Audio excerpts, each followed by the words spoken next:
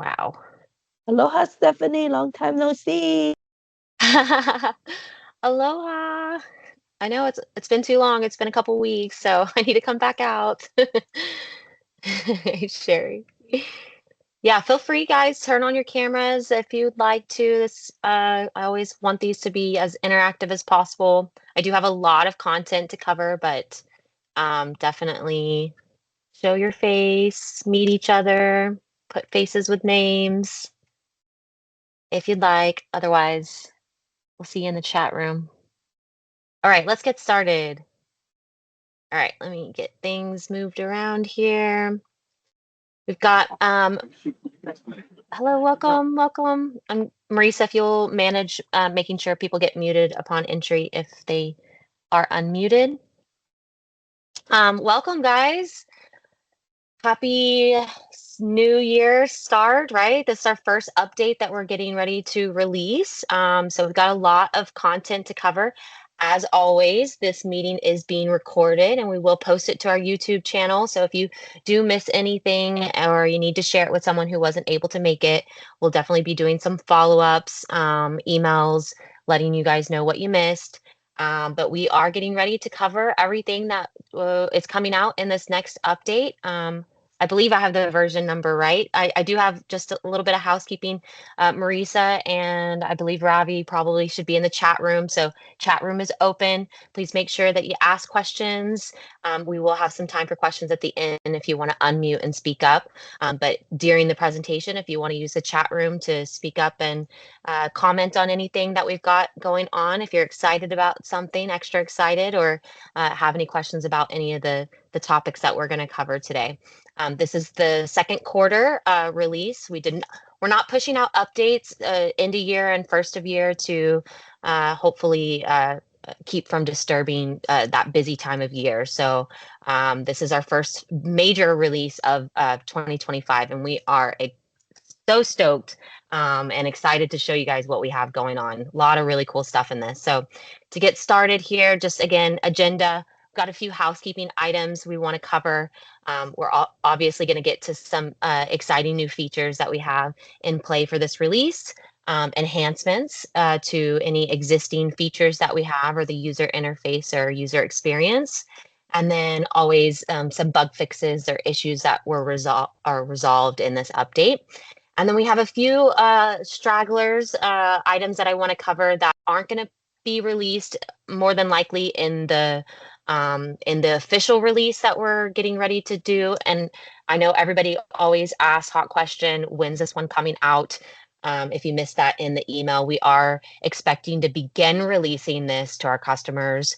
We do release in chunks, so everybody's not going to get it on the 31st, but we are beginning to release this on the 31st of this month.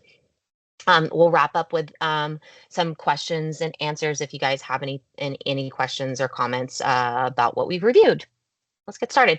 So housekeeping items, admins, please, please, please. There are a few different tasks that I'm going to ask you to do this time.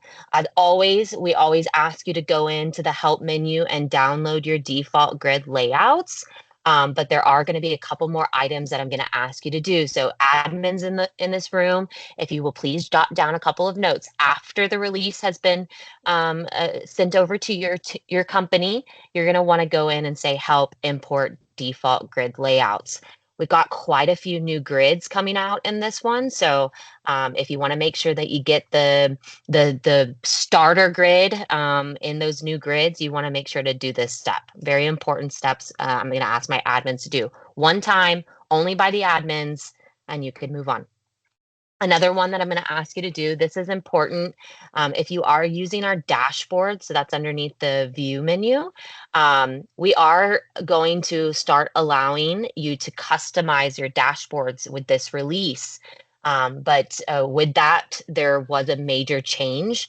And in order to get the dashboards to load into your what you're expecting to load there, you need to hit this download button. So the little arrow down. I believe that I got that right. Ravi, please correct me if I'm wrong, but the little arrow down, you won't see some of these other buttons that I show in this screenshot. But the important thing that I want you to take away, admins, is to go into view, dashboard viewer, and click that little download button to bring those dashboards back in. this is the first step to allow you to open these up and get in there and actually customize dashboards now.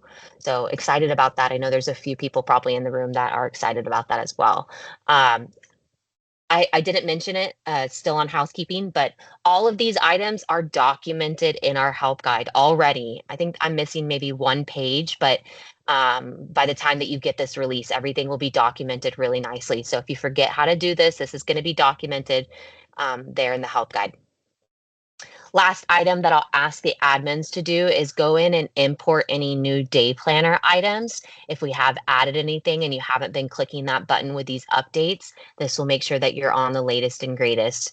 I think there may be some cleanup as well in the day planner. So this will make sure that everything gets nice and up to date. So go into tools, configure day planner items and import the new day planner items. There's just a button at the bottom of that left side panel. All right, getting into it. That's the rest of my housekeeping. Again, everything is going to be documented. So there's a lot of new features, a lot of enhancements in this update. We, kind of sat on this one for quite a bit, giving you guys time to get through end of year and the first of the year, the chaos that comes with that. So we got to pack quite a few things in. So buckle up, getting ready to show you guys a lot of new exciting stuff that we have going on. So to get started, first one that we're super excited about is the project information. The user interface has been completely updated. There's also been some pretty cool performance enhancements. Anywhere that we are doing some updates, more than likely they're going to hopefully come with some performance enhancements to speed things up as best as we possibly can. We're always looking for ways to make things move a little faster for you guys. We know how fast you have to move. So this is the new project information window. When you open up any project, you're going to see some cool visual metrics. So in the top right corner, we have a quote to cash visual metric up there now. So you're going to be able to see at a quick glance how much was quoted, how much was ordered, how much was invoiced, how much was paid, and how much was credited. So you can maybe identify some red flags. If you see quite a bit is quoted and haven't ordered, that would be a indicator, let me check out what quotes haven't been processed as ordered. Same thing for invoiced, making sure everything is getting invoiced, so that you can close out these jobs and get commissioned and all that good stuff. So some really cool visual metrics there. The quoted is coming from valid and most likely quotes. Valid and most likely quotes combined. So important that we pay very close attention to those check boxes when you are producing quotes in the system. Only mark, you might have two valid quotes, but you think only the client is going to choose option A versus option B. They're not going to go with both. If you are presenting that type of pricing to your customers, make sure you pay very close attention to those check boxes. So cool visual metrics to hopefully give you some good insights to your projects. We've also added some new fields here. So we've got some additional very critical date fields that have been requested for some time now. I'm excited about these. Fill them in when you're creating your projects. That way you can wrap your arms around what those critical dates are and make sure that you're hitting your deadline. So we've got estimated order date. It's just your first initial guess on when you think they're actually going to place orders. So if some of you are using decision date as approximate order date, we can kind of shift and make some changes how we're using these critical date fields in the project information. So you'll want to make sure to get everybody on the same page with these date fields. They are not currently set to be required. Okay, maybe a phase two, we might be able to dictate what's required and not required, but at this time, by default, they are not required. So you're going to need to set some internal policies. Make sure you have those SOPs in place and capturing this really important information: estimated install date, estimated completion date. This is just phase one. At this time, these dates are not going to carry through to the order entry window, but we are going to make them carry through at some point. And then you can always edit them, in order entry. Things change sometimes from initial creation to processing orders, and you will have the flexibility to make some changes there. Again, right now they are not transferring through, but we will be doing that at some point. So, and again, they can be changed. You guys know that project information can always be updated. So as you gather more information, and we all know that things change regularly on the daily, construction delays or what have you, make sure you're going in and updating these dates. You should be doing that with decision date. Same policy applies here. Be doing that with these other new critical date fields as well. We've also added, this is actually a customer paid request. We are getting ready to release some more information on our custom development program. We've always kind of done this, but it's never been really announced. But we did have a customer that requested some additional fields and how it kind of carries through to the rest of the system. We're going to see some more of what they paid for to get it moved up in the backlog, but it didn't it happened after hours, so it didn't interrupt anything that we had on our existing development roadmap. So thank you to Working Spaces for this. I think this is an awesome new field. Approximate profit. Again, key it in at the initial entry of your project, what you think your profit is going to be on this job. All of these fields that I'm talking about are all going to be on the current opportunities report. So, when you're managing and looking at your forecast and making sure that you're hitting these critical dates and looking at the finances of everything to forecast out, all of these are going to carry through to that today current opportunities panel. So awesome stuff here. Put in your approximate profit. And what's really cool about these is that they're automatically going to update according to your bill of materials, just like this field is going to work exactly like the approximate value.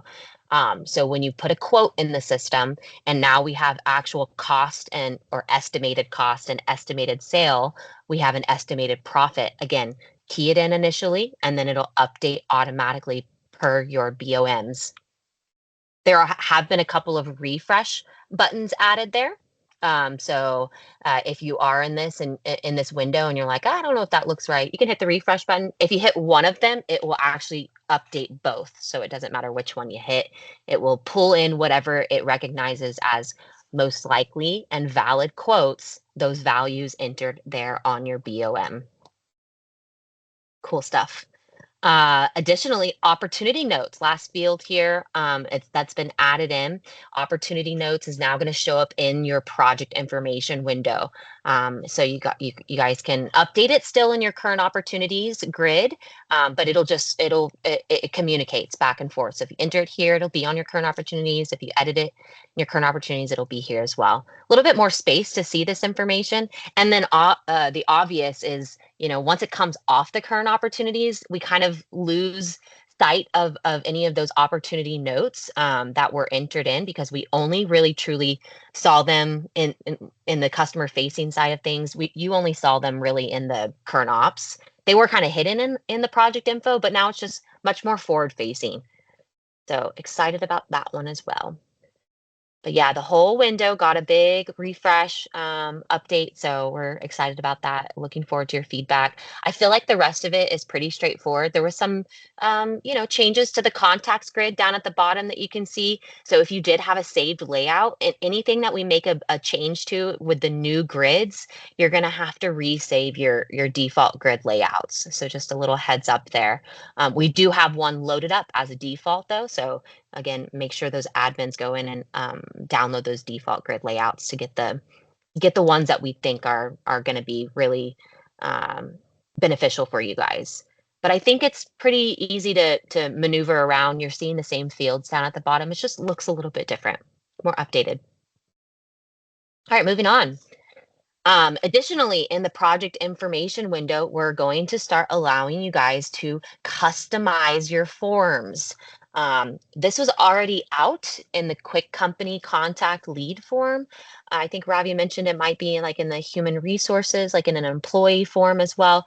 But this is kind of the direction that we're taking with a lot of the forms inside of eManage. So you can kind of get a good sneak peek of this. We're going to be doing this in several different areas of the system. But I'm going to play a quick video here and just kind of walk you through what I'm doing. Essentially, I'm just right clicking in the form and hitting customize layout real quick. You do have to have the rights to do this. So not everybody is going to be able to do that. There is an admin right, and it's documented in the help guide. So by default, if we put a new right in the system, it's not granted to anyone. So admins, you do have to go in and add these rights if you want to take advantage of them. This would be an admin right, I would suggest. Best practice. Don't give it to everybody. So I just right click customize layout. It opened up this customize layout form. And what you're seeing me do here is just remove fields. I'm removing the touch type and touch date. I don't use those in my database, so I'm just removing them. You can also right click and rename a field. So maybe you're using a field for something else. That's always been kind of a wish list item to be able to rename it. It does not rename it everywhere in the system. So if you have a grid, current opportunities grid, and it still says designer there, okay, it's not going to change it. So you do need to change it in your grid as well. But we've always had that capability, but you haven't had the capability to actually manipulate the forms. So this is really pretty exciting stuff here. I'm also moving things around. So I renamed designer to project coordinator, and then I moved it. And then I simply, in the bottom right corner, I hit that save button. And that's going to save it for everyone. It's a one-time save for everybody. And it just saves it for the default for anybody getting into that project info form.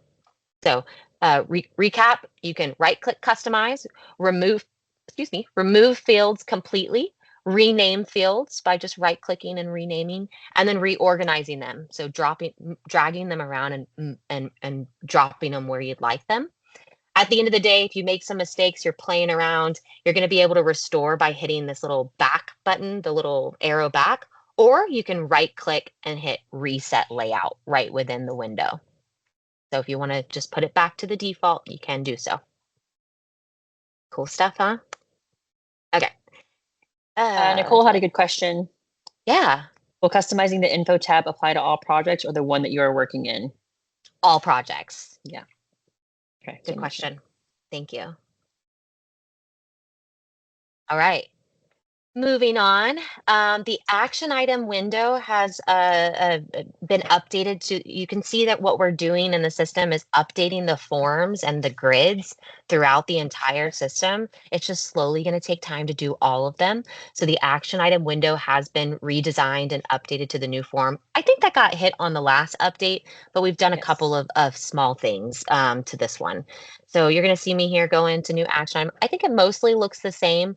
The big change that you're going to see here, one, the surveys have been moved back to the bottom. Okay, so the surveys were on the right side, got a lot of complaints about that. Moved it back down to the bottom to give us some more space. As you saw in my video here, I enlarged it. I would recommend doing that if you are needing to fill in a survey on an action item that you're submitting. Make sure you enlarge it. It gives you a lot more space. What you're not going to see in this video, I didn't get a chance to update it. Ravi actually increased when you go to fill in your survey, which I think it's going to be in this video, but just to make sure I cover it, I know I'm moving kind of fast, but we've got a lot of material to cover. In the bottom section, when you hit the little edit button, the actual fill in box is much larger. So that has been increased since I recorded this video. So just a little side note. I think the biggest change that you guys are going to experience in the action item window is going to be, you're going to see me here in just a minute, click on this new order drop down. So you see how now we have this little plus sign.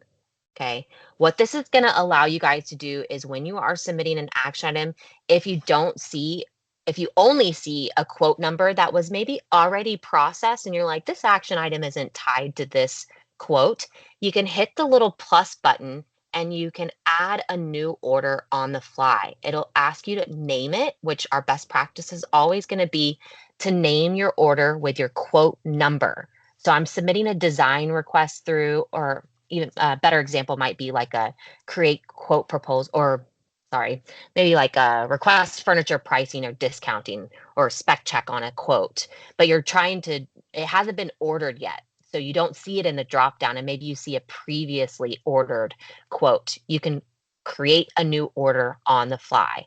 And then when it gets to order entry, if they want to rename it or clean things up, they can do so in the order entry window. All we're doing here is attaching action item time to orders. So when we look at order profitability and job costing at the very back end, we're seeing how much time it took to do certain tasks. And they're all connected to orders at the end of the day. Orders drive everything when it comes to costing. So I'm seeing lots of hearts there. That's exciting. Yeah, it's a cool new feature. If it says new order there in the drop down, you're just going to attach it to the new order. That's a blank new order that it's getting ready to attach to an order. Again, that fill in, it's much more enlarged here. So, but the surveys all have been again put down to the bottom. So hopefully that helps. What you're going to see here in this next little section is how we can now edit action items. You've sent an action item through and you forgot to attach a document, you forgot to add some notes to it, or you just got alerted. You can only edit action items on non-checked out action items. So if somebody's already opened it up and looked at it, and they've already started working on it, you've lost your opportunity. So this is really great for like quick edits. Whoops, I just hit submit and I forgot to attach a document, or I forgot to notate a certain information. So what you'll be able to do is open it up from your open actions, or if it's in your queue and your actions to perform, you can also open it up there. But ideally, you'd be opening it up from your open actions. You just sent it through and it's sitting there in your open, and you hit yes to edit it. And then you can, again, add additional information, additional notes. You can update the survey, attach an additional document.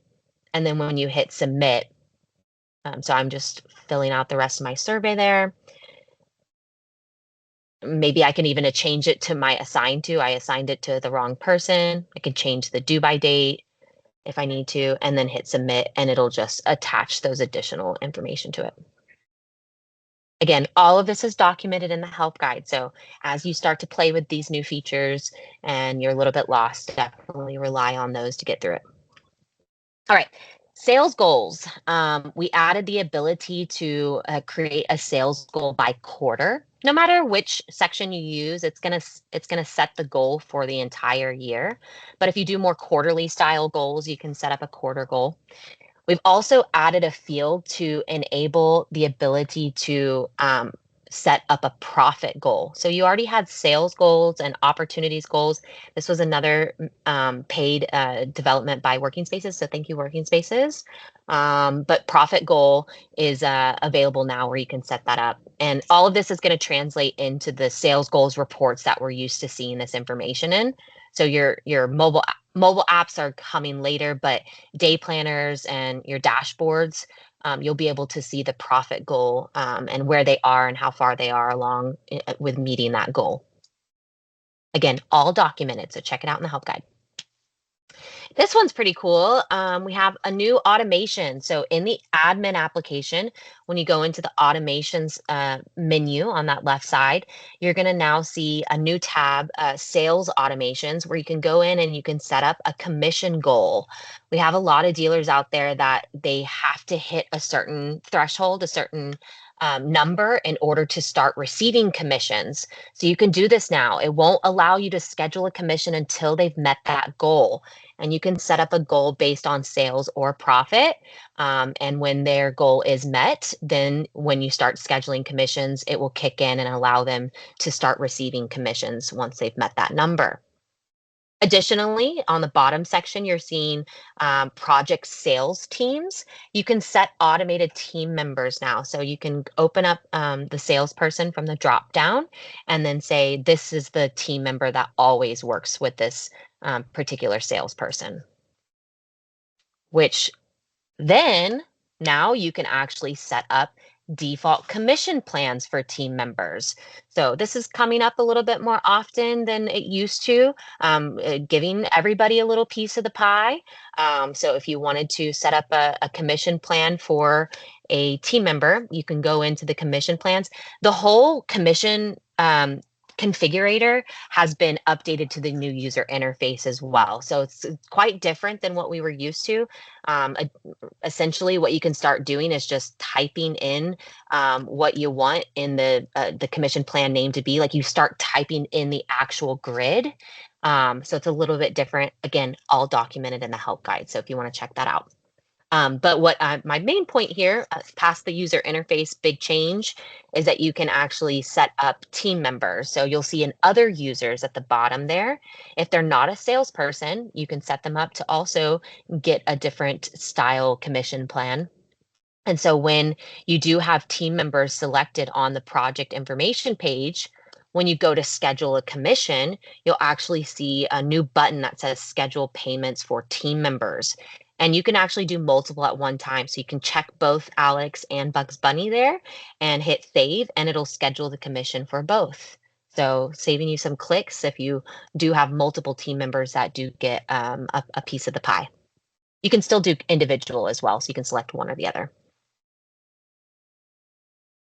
Finance changes. We do have, again, working spaces coming on board, and another company, I believe, kind of brought to our attention that we were missing some things when it comes to sales tax. I am a bit surprised that we don't have some of our existing dealers. Origin-based states include Texas, Pennsylvania, Ohio, Virginia, California. Those are the ones that I can think of off the top of my head. Those are not destination-based states, meaning that when you do charge sales tax, it would be the sales tax rate of wherever your origin company is, so your corporate division. So when you go into the corporate division configuration, you can now set my company and say use origin sales tax on a per corporate division. So if you have a corporate division in a destination-based state, New Mexico. Oh, actually, I don't know if New Mexico is true. Everybody check with your CPAs on sales tax. But if you are destination-based division, you can have one set as that, but the other one, maybe you have a second division in Texas, you can have that one set to use origin sales tax. And all of it's just going to push through to the sales tax report. But just a little side note, when you run your sales tax report, if it is an origin-based state, you do have to ensure that you select your division at the top because it is per division. Additionally, in the finance department, we've made a change. When you go to create an invoice, it will actually check the sales tax rate on the customer record and let you know that there is a difference. I know this text is very tiny, but it says, would you like to replace the new invoice's tax rate 10% with the current tax rate of 10.25? You can hit no and ignore it and just invoice on the whatever sales tax rate was at the time of processing this order. If you hit yes, it'll automatically update the order and the invoice to the accurate sales tax rate of today, which I think is best practice. All right. Oh, lost my button there. Some new reports that we've added in. I'm so excited about this one. Vendor projections. When you go into your analysis menu and you hit print reports, vendor projections report, a new pop-up's going to come up where it allows you to select select individual vendors. So if you're looking to run a vendor projection on a specific vendor, you can select that. If you hit the checkbox at the very top of the grid, it will select everyone. It will always remember your last choice as well. So when you go back in to run the vendor projections report next month, if you had everybody selected, it's going to have that still. Or if you had an individual manufacturer or vendor selected, it will remember that selection as well. So you'll see when you do select a vendor, it will show up on that right side under selected vendors. And there's a search at the top too. So definitely take a peek at that. Start typing the vendor you're looking to narrow down to, and then just select them individually. And when you go to run that report, it would just identify what you've selected. Cool stuff there. Another new report added, I think this was added on a retake, but if you haven't taken a peek at this, really excited about this report as well. I've always had the ability to go in and run an invoice report. You can go in and search for customer invoices created last month, last week, last year, what have you. But it didn't have any information other than invoice information. This invoiced by salesperson, if you go to analysis projects, invoiced by salesperson, it's going to have more information, cost and profit information, so that you can see quite a bit more. And it will give you it automatically groups by salesperson. You can make some adjustments there if you don't want it to do that. to your grid layout. But it defaults to this month, but you do have some date range options. So you can say, yeah, show me this year, or you can even do a custom date range at the top right corner. So invoiced report with profit and cost information, which I think is really cool. Additionally, we also have a project profitability report added into the analysis menu, project profitability. This is going to just give you the ability to analyze completed projects. It is completed projects, so you have to complete your orders and complete your projects in order to be able to take advantage of this report. It will default to this year, but again, another custom date range option. And you can highlight an individual order and select print final profit report. It's the same final profit report that you would see within the project, but this is giving you a more bird's eye view and the ability to print right from here. I know there's lots of chat going on, which is great. If there's anything that I need to cover at the end, I certainly will. Hopefully our team members are able to answer most of your questions there. And then you can always go back and watch this if you missed something while you're chatting. Cool project profitability report. All right, that's all the new features, I believe. I think I've covered all of them. It's a lot, I know. Go check out the help guide articles to support this. But moving on and transitioning to enhancements, this is where we, modify some things that are already existing in the system. The first one that I'm going to mention is that we are trying to make things very consistent and user friendly. When you hire somebody new and you click new project in one place and you click new project in another place and it opens up different forms, that can be a little bit confusing. So what we're doing is making things a little bit more consistent here. For user experience. But you can go in and when you select to start a new project from basically anywhere in the system, if you open up a company, you open up a contact, you open up a lead, and you click the button to create a project or convert it to a project, it's going to automatically pull up this new add new project form. It's a quick form. It only has the required fields tucked into it, so we can quickly create a project and move on. But it will, when you click save, it will open up that new project information module so that you can add additional information, additional contacts, those critical new date fields. But yes, even from the quick company contact lead form, I want to say this one, no, this one didn't have it before, but it does now. So yeah, when you hit save and start a project from that QCCL form, it will also open up the same add new project. Okay, just trying to make things a little bit more consistent. Oh, goodness. The installation calendar, when you drag and drop something onto the install calendar, we have a client that just migrated to the cloud and was experiencing some significant slowdowns here. So by recreating this field, it's been updated to the new user interface. It is going to also come with some performance enhancements. So hopefully loading times for everybody increases quite a bit when you drag and drop something or double click to open up an install item. We should see some speed enhancements there. But this one is meant to make sure you guys are aware that it has had a user interface update.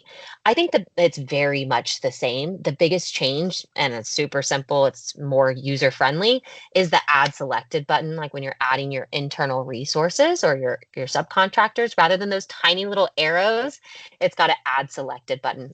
But the add all is the double arrow. I think it was a double arrow before. We've just changed those buttons up a little bit. But rest of it, I think, it's mostly the same. But it is a new user interface. This is going to give us the ability to really start making some changes in these different windows. When we update the user interface, we have more control over it, and we can start definitely making changes and enhancements throughout those new windows. This is really fun. I really am hoping for some feedback from you guys. We're adding tooltips. If you're not familiar with tooltips, when you hover over a button or hover over something in the system, it gives you a little pop out tip, right? Where we've started adding these in the project information window. And I'm going to show you a couple of different areas where we've been adding it. But if you feel like there's something that could use an additional tip, or user guidance, definitely send those into the Dropbox, the suggestion Dropbox in our help desk. These will be fun to add throughout the system just to give you a little bit more guidance of what it is that you're looking at on screen.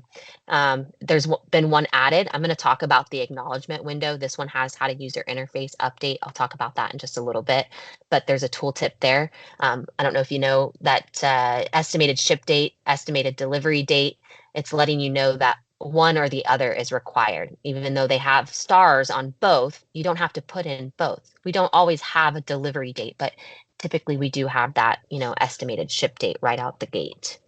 Where else has it been added? The little refresh, the new refresh button. You hover over it, it tells you what it is. So been adding those throughout the system. Wrapping up some enhancements, those were just some major ones that I wanted to talk about.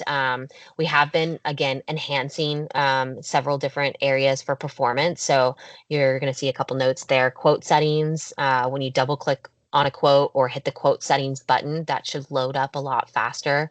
The quick company contact lead form, the existing lead form, some employee records and grids, and then the asset manager grid. So again, as we update these forms and grids, we're going to hopefully be tucking in some performance enhancements throughout the system as well.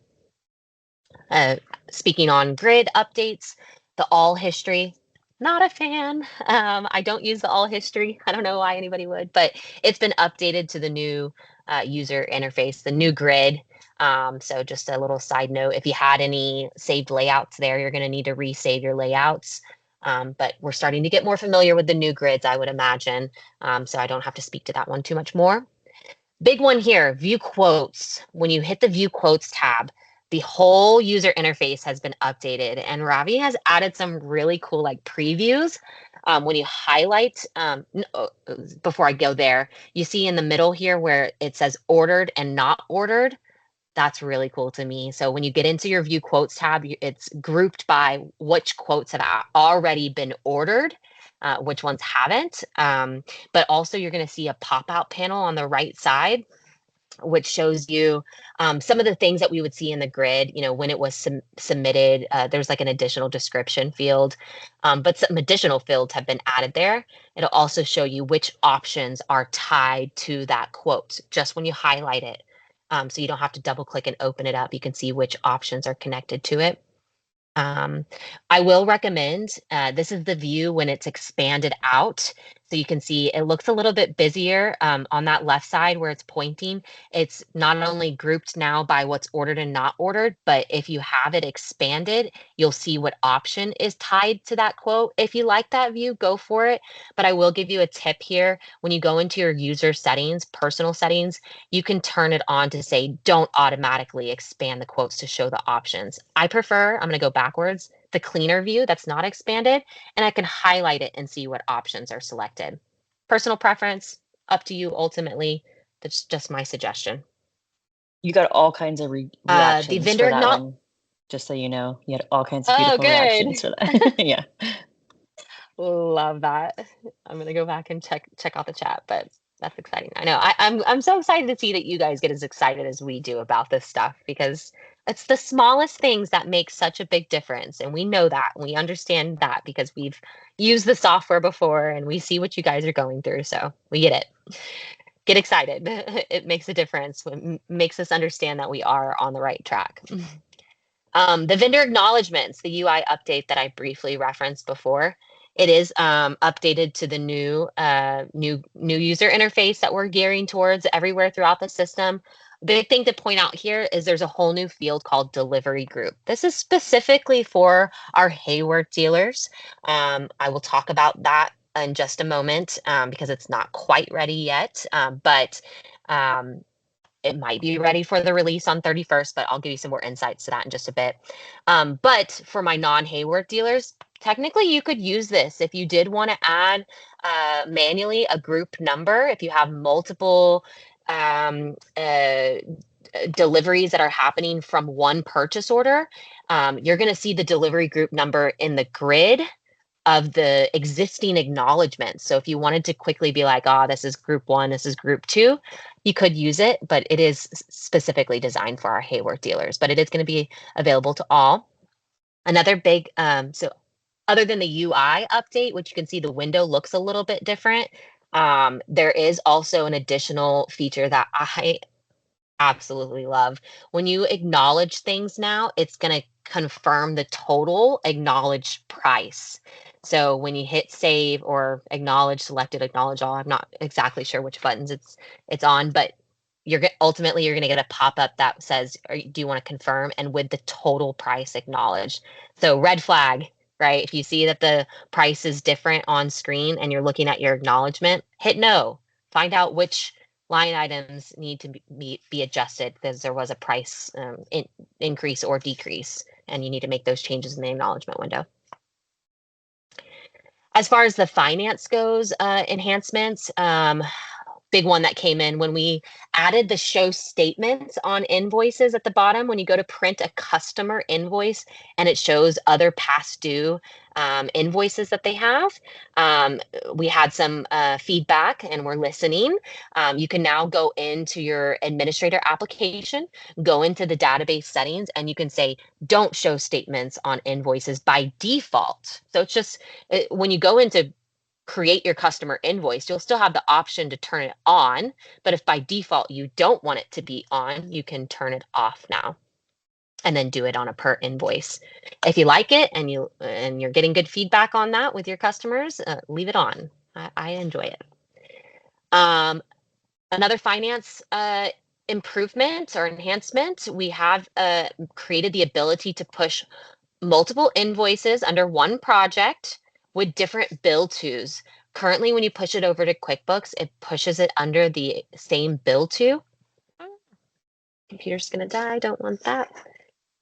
So now you can push over, apologies, push over customer invoices under, and it'll fall under the, oh, Ravi says you can already do that.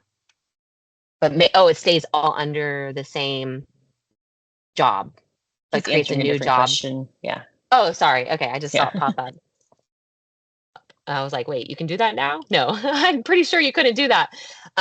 So yes, thank you, Marisa. You can push over different bill twos now. It'll fall under the right spot in QuickBooks ultimately. I'm still documenting that one, so I haven't actually seen it. Human resources, couple different changes there. We're just making some headway in the human resources area. We've changed like sick days to actually be hours or PTO days to be hours now. That way you can start logging. We don't typically, sometimes people take a half day, and so we need to be able to log that information so that we are pushing things over to QuickBooks properly if you are using the human resources part of the system. If you're not, maybe now is the opportunity to start digging into that and taking a peek at what that has to offer, because we are making quite a bit of enhancements and changes over there. All right. Last slide here. I'm sorry, I know it's a lot of information. I'm not going to go through every single issue resolved. I'm going to talk about the ones that I feel like are standout issues. If you want to take a peek at all the issues resolved, they will be in our release notes. So take a peek at that to read through to see if something that you've been struggling with has been fixed. Obviously, you'll experience it, but to be aware, I think, is important. Oh gosh, it's at the top of the list because I am very excited about this. No longer will options or finishes that are truly selected as no selection, because that is an actual selection in spec or 2020, will it automatically error out. I paused for just a moment there. No longer will it automatically be marked as error. Only unselected, truly unselected finishes will be marked as error. Okay. There was a packaging tag import issue with XMLs, importing that improperly, so that was also addressed. Other than that, a couple of standout items, documents, opening documents with a period in the document name. There was an error with that, and that's been resolved. OFS web services should be resolved. If we are still experiencing issues, please send those in and let us know right away so that we can address those. Kimball dealers, the Kimball sales pin is no longer required. So if you don't have a pin set up for a specific salesperson on a project, you can still send those orders through. Originally, it would error out. It wouldn't let you send it through without having that in. Finance, couple different issues there with maybe a feature that we had sent out previously, cost reconciliation window, some different random finance issues resolved, and then some other miscellaneous ones. Some asset, we've got a dealer that was really digging into the asset manager, which is awesome. If you haven't checked that out, you absolutely should. But they reported some issues that we resolved there. And then, oh, big one, special characters and surveys. I don't know if Core Office Interiors is on the call. Travis, special characters in surveys have been resolved, so you can start using those now. Oh, and then last one, undoing canceling of projects. There was a user right mix up there. You had to have a specific user right to undo cancel, even if it wasn't booked. So that's been resolved. All right, wrap up. Pending items that are still kind of getting wrapped up, they may or may not be in the 31st release, but I want to notate them. More than likely, they won't be, but I do need to talk about them for just a quick second. When we do have some of these out, I'll probably be sending out some information on them and some help guide resources to make sure that you guys are all good with these additional pretty big changes. We are still wrapping up our MFA, so that means that you have to have a code to log in. Your admins have to enable it per user. So just kind of securing some different security updates. A lot of them are aimed at our CMMC dealers that are applying for that type of level of security. There's a lot of things that are involved with getting approved for that, so we have to make sure we lock a lot of different things down. So there's quite a few security updates that either are, and when I say may not be out in the 31st release, they are a part of this update. We just might have to push them out in a retake. We want to get this update out on time, starting on the 31st. But if there's a few items that we're wrapping up, we'll send out an email saying these are available in a retake and have all of your users do the retake. Vendor acknowledgement, some of that UI stuff is getting wrapped up, and that is ultimately affecting our Hayworth dealers. We're coming out with that new delivery group. If you were on the Hayworth dealer meeting recently, we talked about it in depth. We're just wrapping it up, and so that might be available in a retake if it's not out in the release. And then my H&I dealers, we are putting in the quote tool. Today, actually, we just got an email from the H&I team that we are open for testing. We just want to make sure that all of that is good to go before we fully release it to you guys. So it may or may not be out in the 31st release. That's what I have for you guys. I know it's a lot of information. I'm going to open up for questions for you guys to unmute and ask any questions that came up that you may have not chatted in. Otherwise, Marisa, are there any topics or Ravi that came up in the chat that I need to address? Robbie has been the GOAT in the chat, so Awesome. I think he's like really tying up all the loose ends. Any questions that anybody's asking? Perfect. Awesome. Any questions that anybody wants to open up and unmute and ask away? Aubrey, he's still attacking some other one, so I can address that one on. Thanks, Jenny. Aubrey with H&I, is there a way to check that the order was already sent to OFDA like Miller Knoll if we happen to place the order manually and don't need to send it through web services? There's not a way to like check that it's been sent that I'm aware of. You would just need to mark it as sent. So whoever's in order processing, if they manually uploaded it into the H&I portal, then you need to check it as sent OFDA. There's a help guide article on clearing orders from web services that you might need to check out, but I don't believe there's a check to see if it's actually been ordered. Got to run it through our tool. H&I question mark. Yeah, Han, all steel, gun lock. I think that's the majority. On aligned dealers. The recording will be posted. Yeah. Always. Afterwards. Yep. Always. YouTube channel. Yep, YouTube channel, but I'll also I typically send out an email, like, hey, if you missed the webinar, here's the recording. So as soon as I get it loaded up into YouTube, I'll typically send out an email as well. Yeah, Jenny's correct. Perfect. Wow, we had 108 participants this go around. That's awesome.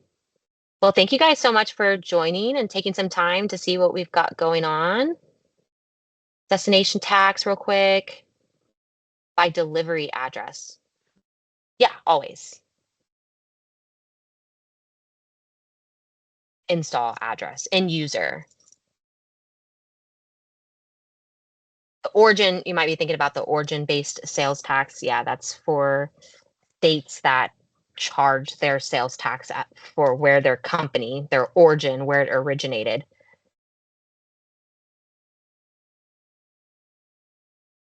Karen, lots of good new updates. Thank you. Thank you for the kind words. Those are very appreciated.